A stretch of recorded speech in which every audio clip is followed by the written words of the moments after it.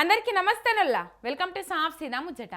పొద్దుగాలనే వాట్సాప్లో ఒక దోస్తు మెసేజ్ పంపింది. నిజంగా జరిగిన ముచ్చటనేనట. ఒక ఆయన వచ్చి అలా దోస్తుని అడిగిండట, అరే ఇప్పుడు వరదలు వచ్చి ఇండ్లన్నీ కూలిపోయినాయి కదారా, మరి సీఎం రేవంత్ రెడ్డి ఏమన్నా ఇండ్లు కట్టిస్తాడారా అని అడిగిండట. నీ బొందా, ఆ సీఎంఏ 30-40 ఏండ్ల కింద కట్టుకున్న ఇండ్లను కూడా కూలగొట్టిస్తుండు, ఇంకా ఇండ్లు కట్టిస్తాడని ఎట్లా అనుకుంటున్నావురా అని తిట్టిండట. పబ్లిక్ కూడా గట్లా అనుకుంటుర్రంటే సర్కారు ఏ తీర్ల ప్రజల నమ్మకం సూరగొన్నదో చూడుండ్రి.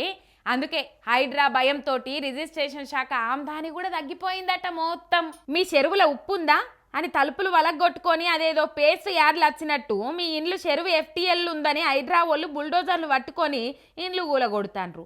మాకు తెలియదు, అన్ని పర్మిషన్లు తీసుకొనే కట్టినామంటే మాకు కూడా అవన్నీ తెలియదని ఇండ్లను నాశనం చేస్తుండ్రు. మరి పర్మిషన్లు ఇచ్చిన వాళ్ళని విడిచిపెట్టి రూపాయి కూడా పెట్టి కొనుక్కున్న మా సొంటోళ్ళ మీద పడితే ఏం ఫాయిదా అంటే సర్కారోళ్ళ తన సమాధానం లేదు.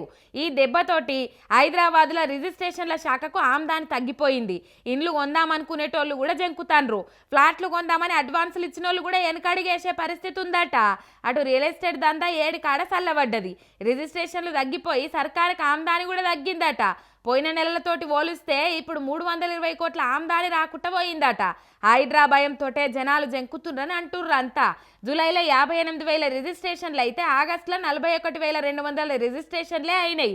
జూలైలో రిజిస్ట్రేషన్ల నుంచి 1,105 కోట్ల ఆమ్దాని వస్తే ఆగస్టులో 320 కోట్లు తగ్గి 785 కోట్లకు పడిపోయింది. దీన్ని బట్టే జనాలను సర్కారు గీ తీర్ల భయపెడితే ఇక వ్యాపారాలు నడిచినట్టే అని రియల్ ఎస్టేట్ వ్యాపారాలు చేసేటోళ్ళు తిట్టుకుంటుర్రట. ఉన్న భూములకు విలువ తగ్గించిండు, అమ్ముకుందామంటే రేటు రాకుండా చేసిండు. ఇక ఈ రేవంత్ రెడ్డి వచ్చినాక ఏడుదాడ ఆగమైందని మండిపడుతుర్రట పబ్లిక్ కూడా.